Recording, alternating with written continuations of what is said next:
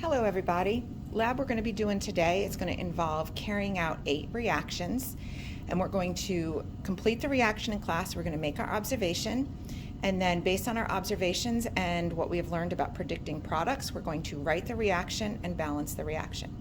Now, depending on your teacher, they might have this set up so that you do reaction at each station and you move around. They might have it set up with the supplies at the front. They might have it set up different ways. So listen to your teacher's instructions on how you're going to actually complete and physically move throughout the room. I'm just going to talk to you about the equipment and the process for each reaction. So the first reaction is going to involve igniting a piece of magnesium ribbon with a Bunsen burner. So we're going to talk about Bunsen burners again, and we're going to talk about how you start it.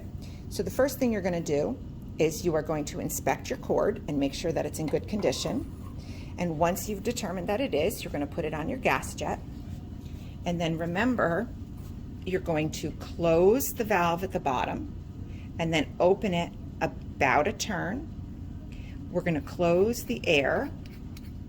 We're going to open it about 2 turns, and then I'm going to be ready to light. Now, if you're using the striker, you turn the gas on and then hit the striker. If you're using the match, light the match first, then light the gas. Okay. Now, the first thing you're going to want to do is adjust the height, and you want to adjust it so it's probably about 2 to 3 inches. And then you're going to open up your air holes so you get a nice, sharp, inner blue cone. And so you hopefully can see that in the video, and you hopefully remember when we learned how to do that. Now, the first thing we're going to do for reaction 1 is you're going to take a strip of magnesium ribbon, which is in the dish. It looks like that. You're going to hold it with the tongs. You can actually touch this with your fingers if need be, and you're going to just put it in the tong, and then you're going to hold the magnesium ribbon right in the hottest part of the flame, and you want to hold it there until it starts to burn. And it might take a couple seconds. Now, one thing to note, as soon as it starts to burn, it's going to burn white hot. Now, you do not want to look at that directly. You want to actually look sort of through the periphery of your eyes. It's like doing working with welding. And so if you look at it directly, it can damage your eyes. So you look at it through your peripheral vision, and then once it ignites, you're going to pull it out of the flame. You're going to let it just burn until it's done, and then you're going to put the residue just on the watch glass right there, and it should be like a white powdery residue when you're done. Okay, so you hold it in the flame. As soon as it ignites, you pull it out, look through your peripheral vision. When it's done reacting, put the remainder of the product on the watch glass. All right. Second reaction, we're going to turn off the Bunsen burner for that. We're going to complete a single replacement reaction, and we're going to take a test tube, and we are going to put some hydrochloric acid in the test tube. Now, I have this already set up in pipettes. You're going to have some source at your desk. So I'm putting some hydrochloric acid in, and then I'm going to take another piece of magnesium, and I'm going to put the magnesium in the hydrochloric acid. You should listen. You're going to hear something. Feel the outside of the test tube to see if you feel a change in temperature. And then just gently put your thumb over the test tube, because what we're going to do is we're going to do something called a pop test. So what we're going to do is we're going to take a lit wood splint, and this is kind of challenging because I'm doing this just by myself. I'm going to light the wood splint. So the splint is burning. And then I'm going to take the wood splint and I'm going to just hold it in the mouth of the test tube. And if I hear a pop, that's a positive test for hydrogen gas. So that is exactly what you should hear. That is exactly the observation you should make. So that is a positive test for hydrogen gas being given off. So you make your observations, feel the outside of the test tube, do your pop test, and then this is going to go into the waste beaker, which will be at the station or at the front of the room. All right, that's the second reaction.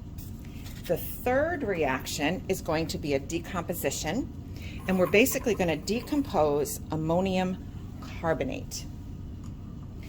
So you're going to take a test tube and you're going to put just a tiny little bit, it says in the directions, it says a jelly bean sized amount of ammonium carbonate, and this will be at the station. You're going to put a little bit and you're going to put it into the test tube. Now, a lot of the ammonium carbonate in the container is like sort of chunks, but you really don't need much more than this. You are then going to take your test tube clamp, and remember, you squeeze it to get it to open, and you clamp it and you hold it. You're going to light your Bunsen burner. I just gently put that down. Now remember, once you have your Bunsen burner adjusted, all you have to do is light the match, put the match over, and then you're done. Now what we're going to do is we're going to decompose this by adding heat. First, whenever you're working with the test tube, you always angle it in a way that it's away from people. You don't angle it towards your face, you don't angle it towards the people across from you. Angle it out towards the aisle or towards the wall. Probably towards the wall is the best bet. Now then what you're going to do is you're going to just gently, you don't hold it in here forever. You just gently kind of go back and forth, and you're going to do this, the directions say, for about 30 seconds. Okay? Now then what you need to do is you need to do two different things. One is you're going to test for odors. Now in order to do that, remember, you're going to waft. You're not going to stick this right under your nose. If you stick this right under your nose and give a good sniff, it could knock you out. So don't do that. So what you're going to do is you're going to put this underneath your nose, and then you're going to wave. I can smell it from here, and I'm probably about a foot away. Wave it towards you. You should hopefully know what that scent is. If you clean windows or you clean out a litter box, that is what you are going to be smelling, and hopefully you will know what it is, the chemical compound. Now the next thing we're going to do is we're going to do a test for the presence of carbon dioxide. So you're going to take your splint, you're going to light it, you're going to put it into the test tube, but don't drop it in. If the splint goes out, then it's a positive test for carbon dioxide. Okay, so that's two tests we've done. We've done a test for hydrogen, and now we've done a test for carbon dioxide. Okay, that's the third reaction. Now this is going to be hot. Do not put it back into the test tube rack because it can melt the test tube rack. So you're going to put it into a beaker, or you'll put it into some other holding device that will be at your station. But once it's cool, it can go into the test tube rack, but not while it's hot. All right, after reaction 3, we are done with the Bunsen burner, and then we're going to go on to reaction 4. Reaction 4 is going to be calcium carbonate. So I'm going to get another test tube, and I'm going to put in about the size of a jelly bean some calcium carbonate. Calcium carbonate is just chalk. Okay, so I'm going to take the calcium carbonate, I'm going to put that in. You really don't need that much. That's about all you need. If you're nervous, you can certainly hold it with the clamp. And then we are going to add about 20 drops of hydrochloric acid.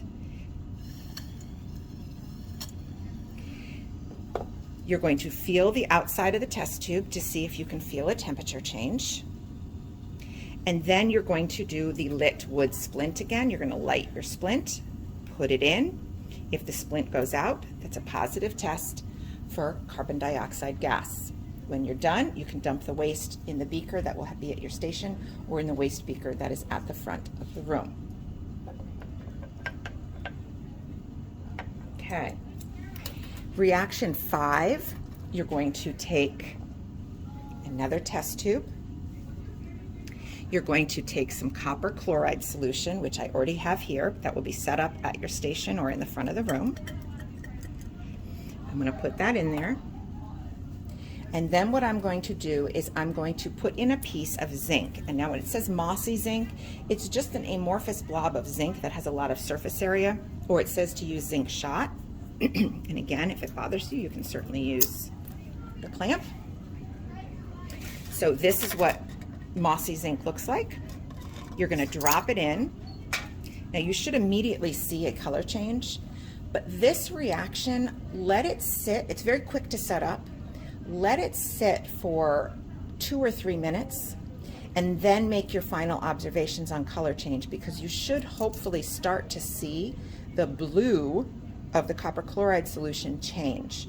And then you should start to see, obviously we saw that the zinc immediately changed color.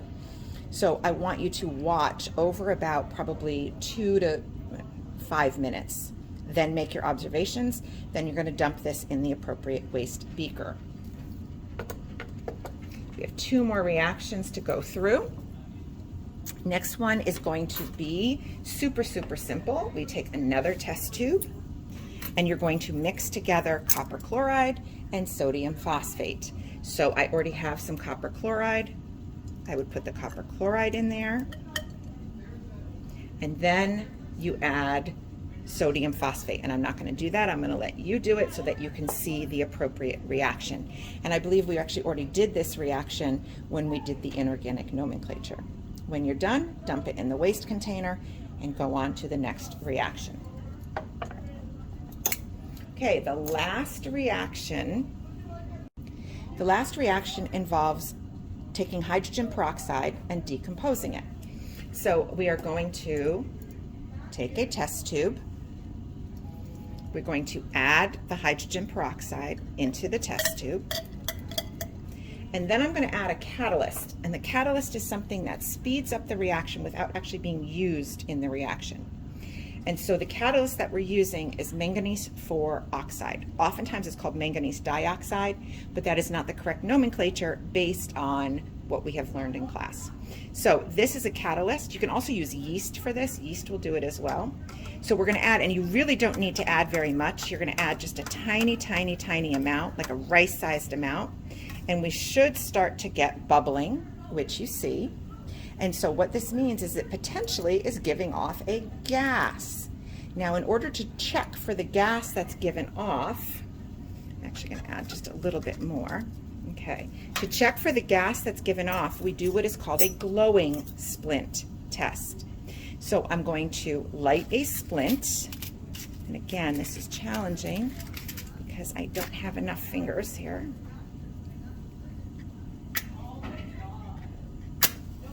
So I'm going to light the wood splint,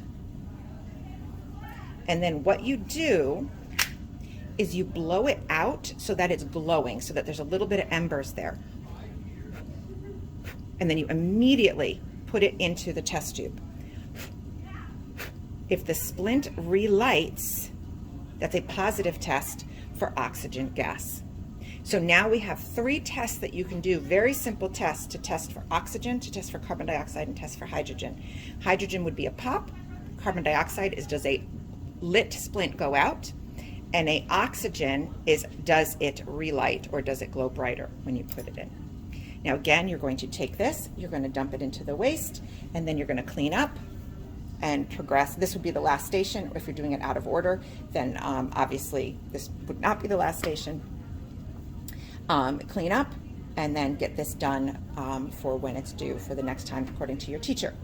Safety equipment, you're going to need the full goggles, and you're going to need aprons because we are dealing with flame, we're dealing with chemicals, and we're dealing with glass.